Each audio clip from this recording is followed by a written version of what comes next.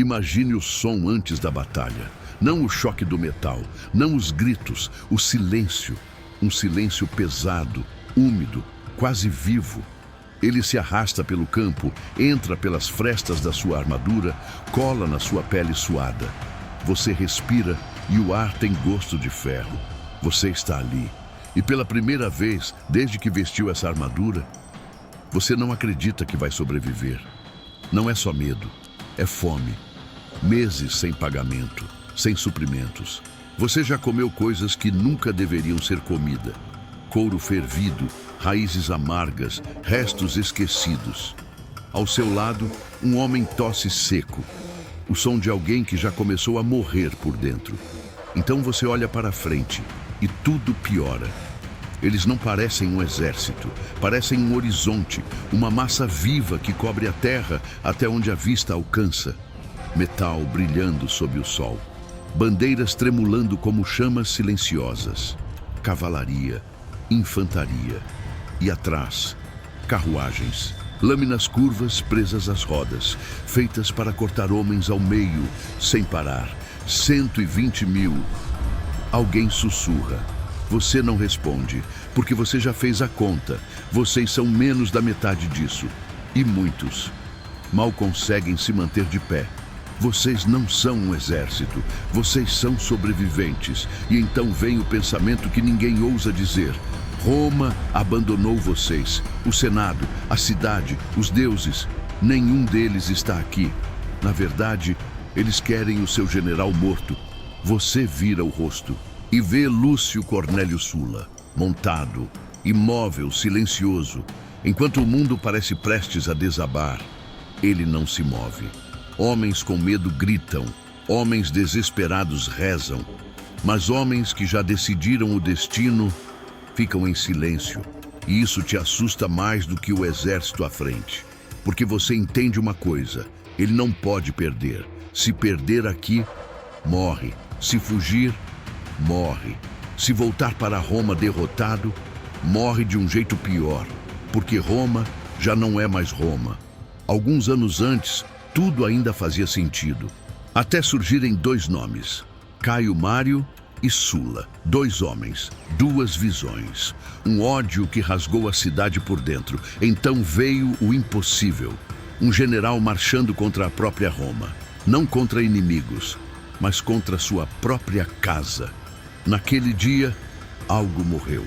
E talvez ninguém tenha percebido ainda. Enquanto você lutava longe, os inimigos de Sulla retomaram o poder. O Senado mudou de lado. Os aliados foram mortos. E o seu general foi declarado inimigo do Estado. Isso muda tudo. Porque agora você não luta por Roma. Você luta contra ela. E então surgiu o nome que trouxe você até aqui. Mitrídates I. Um rei paranoico, astuto, obcecado por sobreviver. Dizem que ele se envenena todos os dias, para nunca morrer por veneno. Mas não foi isso que fez o mundo tremer. Foi a ordem. Uma carta, fria, precisa. No mesmo dia, na mesma hora, todos os romanos deveriam morrer. Homens, mulheres, crianças, arrancados de suas casas, dos templos, das ruas, sem tempo de fugir. Sem tempo de entender, dezenas de milhares mortos em um único dia, vésperas asiáticas. Roma exigiu vingança, mas Roma já estava quebrada por dentro. Foi assim que você veio parar aqui, Grécia, terra de filósofos, agora reduzida à fome. Você viu Atenas morrer lentamente, pessoas fervendo couro para sobreviver, e do seu lado não era muito melhor. Sem comida, sem apoio, sem futuro. Então Sulla fez o impensável. Derrubou os bosques sagrados. Transformou a Academia de Platão e o Liceu de Aristóteles em máquinas de guerra. Ideias viraram armas. História virou combustível. E você ajudou. Porque naquele ponto, nada mais importava. Agora, meses depois, você está aqui, com fome, cansado, esquecido, diante de um exército impossível e atrás de um homem que não pode perder. O vento sopra, a poeira sobe, o metal inimigo brilha e por um instante Tudo parece parado, mas não está, porque a batalha já começou e você ainda não percebeu. O erro seria avançar, e você sabe disso. Em campo aberto, vocês seriam engolidos, a cavalaria fecharia os flancos, as carruagens abririam sua formação e o resto seria apenas tempo. Mas Lúcio Cornélio Sulla não avança. Ele espera, e essa espera começa a te consumir mais do que o próprio inimigo. Os dias passam e nada acontece. Vocês apenas observam. O inimigo se move, grita, exibe sua força como um espetáculo vivo. O som deles preenche o vale, constante, opressor, impossível de ignorar. No início, aquilo paralisa. Mas então, algo muda. Você se acostuma. O medo deixa de ser um choque e vira um ruído de fundo.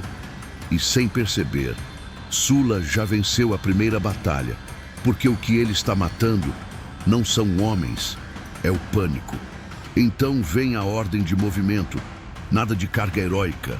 Vocês marcham lentamente até uma nova posição. E é aí que você começa a entender.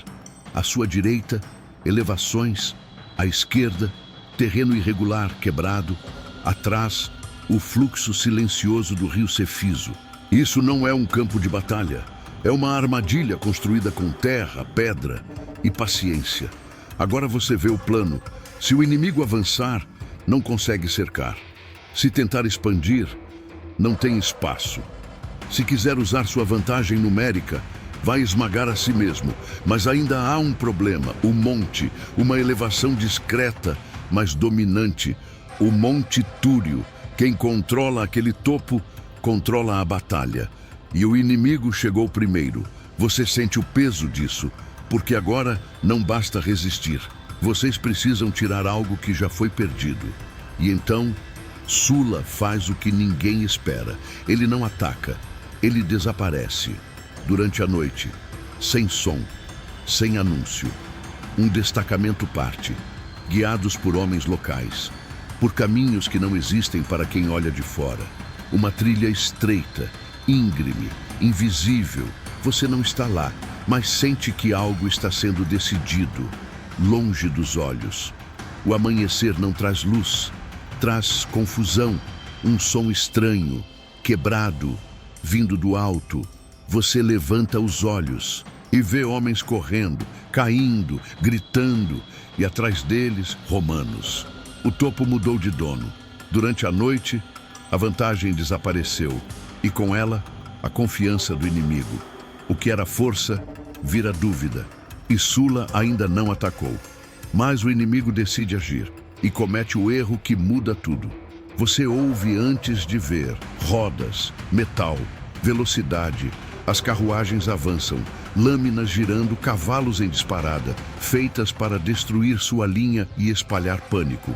Por um instante, seu corpo quer fugir, mas a ordem vem. Abrir. A linha se parte, não em desespero, mas em controle. As carruagens passam e então você entende. Elas vieram rápido demais e de perto demais, sem espaço, sem força. Lá atrás, os romanos estavam esperando.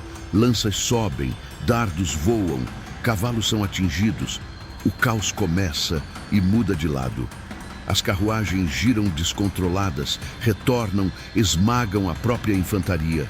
Formações quebram, gritos mudam, e no meio da poeira, você percebe, o inimigo não está avançando, está colapsando. É nesse momento que ele decide. Lúcio Cornélio Sulla levanta o braço, sem pressa, sem urgência, mas tudo muda. Você sente antes de ouvir. A ordem não precisa ser dita, avançar. E agora, não há mais espera, não há mais cálculo, só impacto, porque o exército à sua frente já começou a morrer. Você corre, não por coragem, mas porque ficar parado agora é morrer. O chão treme sob seus pés enquanto a linha romana avança. O som não é mais de um exército, é de uma força única, compacta, empurrando tudo à frente. E do outro lado, eles ainda estão se reorganizando, tarde demais. A primeira colisão não é limpa, é confusa, brutal, imperfeita. As lanças inimigas descem como uma parede, longa demais, pesada demais. Por um instante parece impossível atravessar, mas então você lembra. Você não precisa quebrar a parede, só precisa chegar perto. Você levanta o escudo, o impacto reverbera pelo seu braço. E então, você empurra, não para frente, para cima. A linha inteira faz o mesmo. Escudos batendo de baixo para cima, desviando, levantando, quebrando o alinhamento das lanças. E no instante em que a formação deles perde a forma perfeita, ela deixa de existir. Agora você está dentro, perto demais para lanças, perto o suficiente para a lâmina curta. Você saca o gládio e o mundo encolhe. Não há mais exércitos, só homens, respiração contra respiração, olhos contra olhos, medo contra medo. Você golpeia, recua, empurra, alguém cai. Você não sabe quem, não importa, mas a batalha ainda não acabou. No flanco, algo está errado. À esquerda, a linha romana vacila. O inimigo tenta cercar, pressionar, fechar o espaço que ainda resta. Por um momento, parece que tudo pode desmoronar. E você sente isso. Aquela sensação fria de que a vitória pode escapar no último segundo. Então ele se move. Lúcio Cornélio Sulla não fica atrás. Ele atravessa o campo. A poeira abre caminho enquanto ele passa. Não há hesitação, não há proteção, apenas decisão. E você percebe, ele não está assistindo à batalha. Ele está moldando ela. E então, a última peça entra.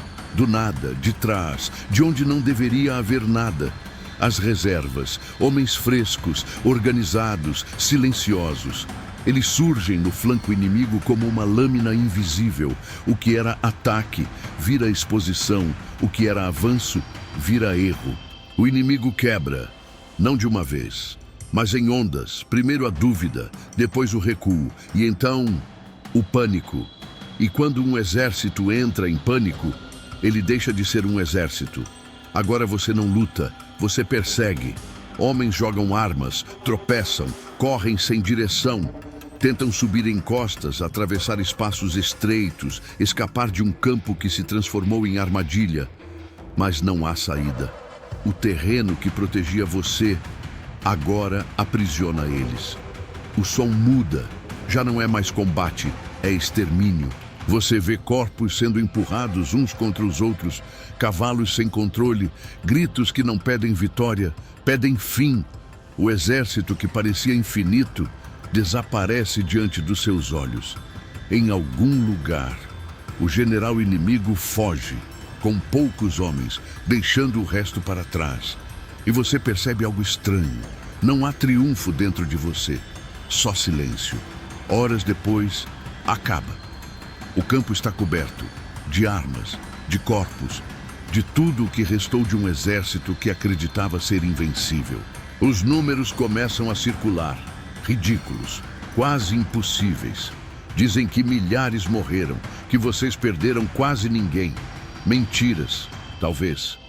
Mas isso não importa, porque o que aconteceu aqui vai muito além dos números. Você olha para Lúcio Cornélio Sulla mais uma vez e agora entende. Ele não venceu apenas uma batalha. Ele provou algo, que um homem com legiões leais não precisa do Senado, não precisa de leis, não precisa da República. Ele precisa apenas vencer. E, de repente, tudo o que você acreditava sobre Roma parece frágil, porque se um general pode marchar sobre a própria cidade, se pode vencer sem apoio, se pode decidir quem vive e quem morre, então Roma já não é mais uma república.